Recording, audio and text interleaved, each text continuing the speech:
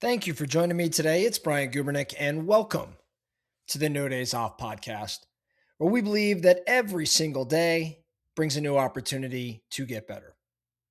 So, I've been digging into something recently that I think is probably worth your time reviewing as well.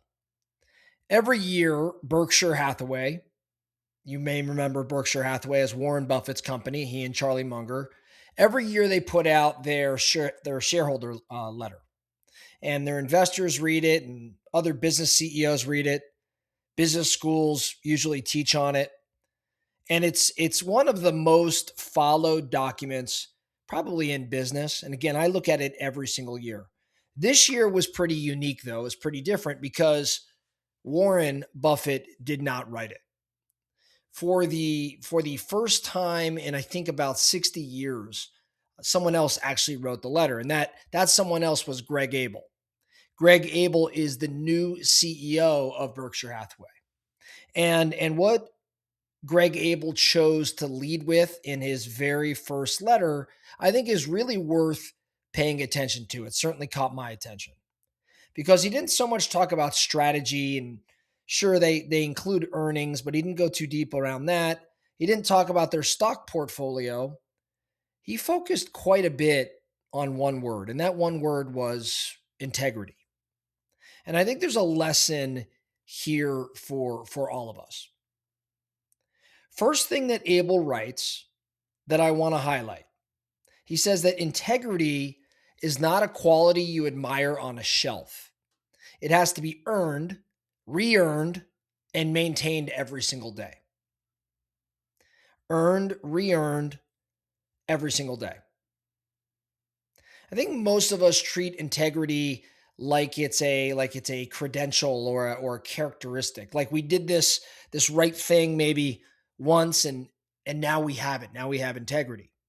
But what Greg Abel is saying is no, it's more like your health or more like your fitness. You don't work out once and suddenly stay in shape. You show up every day and you recommit to your health. And over time, your fitness improves. I think Berkshire Hathaway has really backed this up for decades. For over 25 or so years, at every shareholder meeting, they play a clip, or they've played a clip of Warren Buffett's 1991 testimony in front of Congress, where he says in front of Congress, he says something like, "Lose money for the firm, and I will be understanding. Lose a shred of reputation, and I will be ruthless." They've been playing that same clip at the shareholder meeting, and I've had the opportunity to be there. I think I've gone to now 3 or 4 shareholder meetings. Every year they've played this clip. It's the same exact message. It's not some poster they put on the wall. It's a value that I think is being reinforced year after year, and they're doing it in front of thousands of people. I think there's 30,000, 40,000 in that stadium during their shareholder meeting. So the question I think is, how are you reinforcing your values? Not just stating them to the team or to the public, but actually reinforcing them. I think the second point, and I think this one's harder for most leaders, Greg Abel gives a specific example in the letter. Berkshire's railroad, it's called BNSF. They had a long running dispute with a Native American tribe over shipments. I think it was oil shipments across the tribal land. And it went on for years. And the decisions that caused it were made by people that have long since passed. So, what the current Berkshire leadership did, they didn't point fingers at the previous regime at BNSF. They owned it, they apologized, and they built a real working partnership with the tribe that ended up benefiting both sides.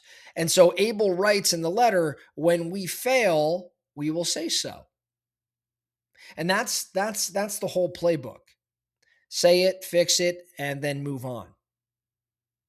I think the leaders people trust most aren't the ones who never make mistakes.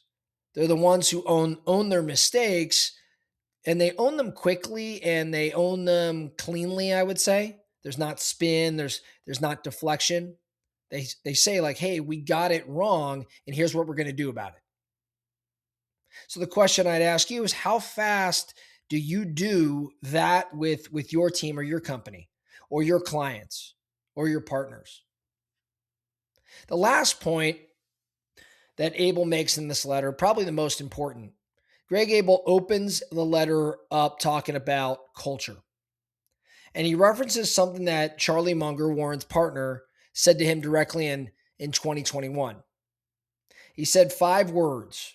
Charlie said 5 words to Greg. He said, Greg will keep the culture. That was Charlie's endorsement. He didn't say like, hey, Greg's going to be a great CEO. He's a great capital allocator. He didn't say, Greg really knows how to manage our portfolio. Instead, he said, Greg will keep the culture. Because at Berkshire Hathaway, what Warren and Charlie built, the culture is the asset. Greg Abel writes that their culture is a system for generating long-term performance, not just a set of beliefs. He says it's a system. Beliefs are what you say, systems are what you actually do. Specifically, what you do under pressure when it's costly and when nobody's watching. What you do consistently is your real culture. And everything else is just fodder. It's just what's on the website. So here's the takeaway, okay? And why I'm talking about this letter and why I always love looking at it every single year. Berkshire Hathaway the company itself is worth over $1 trillion. And their new CEO's very first letter to the shareholders is essentially saying the foundation of this $1 trillion company isn't the stock picks they make. It isn't their balance sheet, though they have one of the healthiest balance sheets this world's ever seen. It's the culture. And it's the culture that's built on integrity and it's reinforced daily. And it's been getting reinforced daily for 60 years or so. Abel calls it cumulative principled conduct. Cumulative principled conduct. Nobody gives you a reputation. You build it one decision at a time.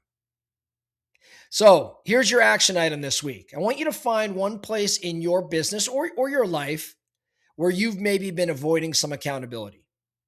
Maybe a conversation you haven't had or a mistake you haven't owned.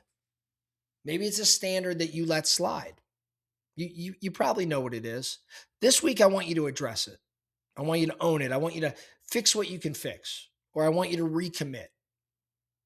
Because if the most successful company in American business history is telling us the foundation is integrity, not the strategy, not the capital, but the foundation is integrity, then that's probably worth listening to.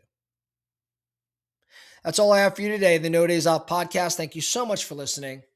And remember, every single day brings a new opportunity to get better. So let's get after it.